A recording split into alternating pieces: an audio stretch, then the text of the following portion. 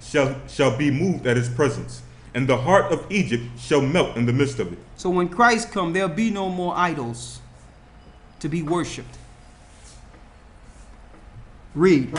Verse 2.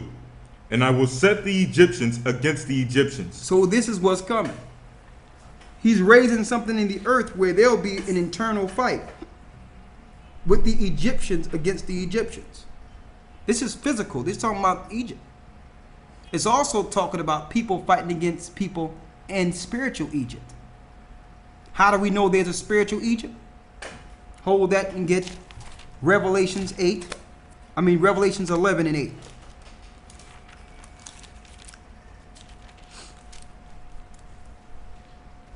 Revelations chapter 11 verse 8. Start at the, I need you to go,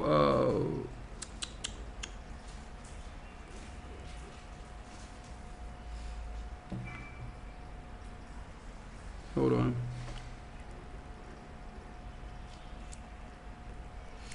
Read the 8th verse, read. And their dead bodies shall lie in the street of that great city, which spiritually is called Sodom and Egypt. It says, and their dead bodies shall lie in the street of that great city, which is spiritually is called Sodom and Egypt. Why is it called spiritual Sodom and Egypt? Because that great city, which we call America, is filled with homosexuals. You got homosexuals that's over legislation. They're over the cabinets. They're in every part of government. It's being glorified there, like Sodom and Gomorrah. In Egypt, because Egypt is the first place God's people served captivity.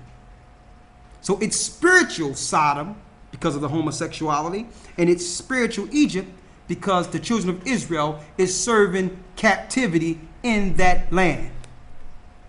And it says their dead bodies. Why their dead bodies are lying in the street? They don't have no idea who they are. Ezekiel 37, the valley of the dead bones, the valley of the dry bones. So our people been dead in spiritual Sodom and Egypt. It's talking about America. So you got the physical Egypt and you got the spiritual Egypt. Okay. Now let's go back to Isaiah 19. Isaiah chapter 19 verse 2. Go ahead. And I will set the Egyptians against the Egyptians, and they shall fight everyone against his brother, and everyone against his neighbor, city against city, and kingdom against kingdom. And kingdom against kingdom. That's coming. That links up to Christ, Matthew 24, where it says, and there shall arise wars and rumors of wars, nation against nation, kingdom against kingdom. This is what it's talking about. Read. Verse 3. And the spirit of Egypt shall fail in the midst thereof, and I will destroy the counsel thereof, and they shall seek to the idols, and to the charmers, and to them that have familiar spirits, and to the wizards. So when the Most High start bringing the prophecies to take this world down, all your high diplomats are going to start seeking their Masonic gods they've been worshiping. They're going to start seeking wizards, talking to the Pope and the Dalai Lama, which are wizards. They're going to start trying to speak to the head of Tibet, which is a sorcerer. Witches and warlocks. And what's going to happen? Read. Verse 4. And the Egyptians will give over into the hand of a cruel lord, and a fierce king shall rule over them, saith the Most High of hosts. And the waters shall fail from the sea, and the rivers shall be wasted and dried up. That show you that the rivers eventually over here, which is the Nile, will be dried up in prophecy, according to Scripture. And right now, there's a political ball game going on in Israel, negotiating with the African countries to cut off the stream of the Nile to come into Egypt. So you think it's problem with waters over in America. The waters of the earth will be tainted all over the earth. There will be a big famine, and there will be a big drought of water within the earth itself. That's coming. Read. Verse 6. And they shall turn to the rivers far away, and the brooks of defense shall be empty and dried up. The reeds and flags shall wither. The paper reeds by the brooks, by the mouth of the brooks, and everything sown by the brooks shall wither. be driven away, and be no more. And be no more. And they showed this in the movie The Book of Eli.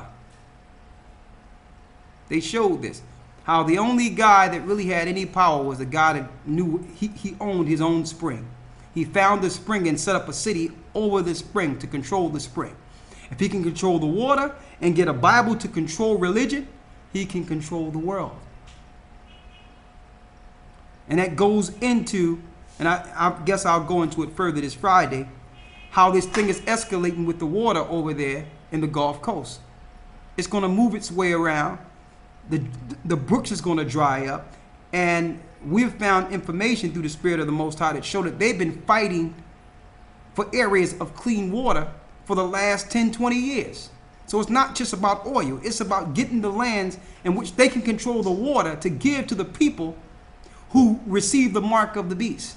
Everyone else can die. So they taint the waters on purpose because they have certain waters and brooks that are reserved strictly for them.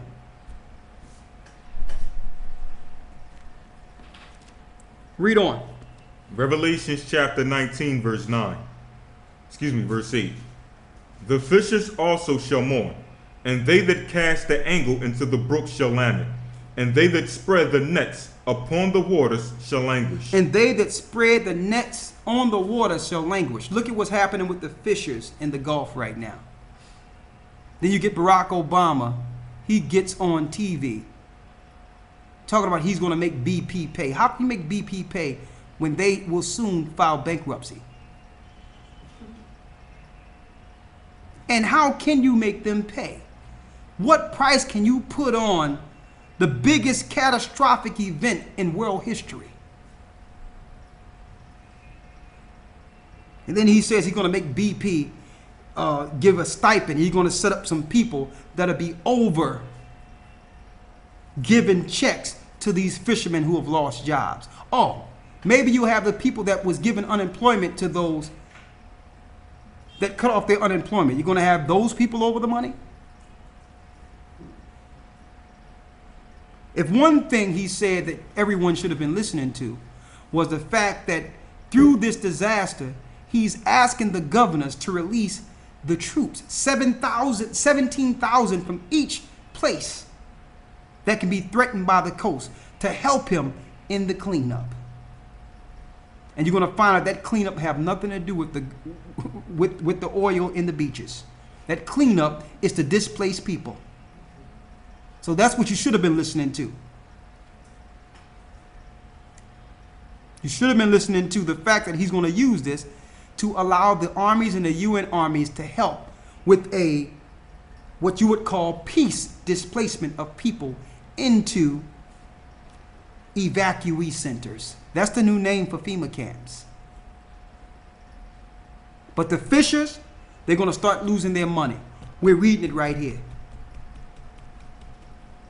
Read. Verse 9.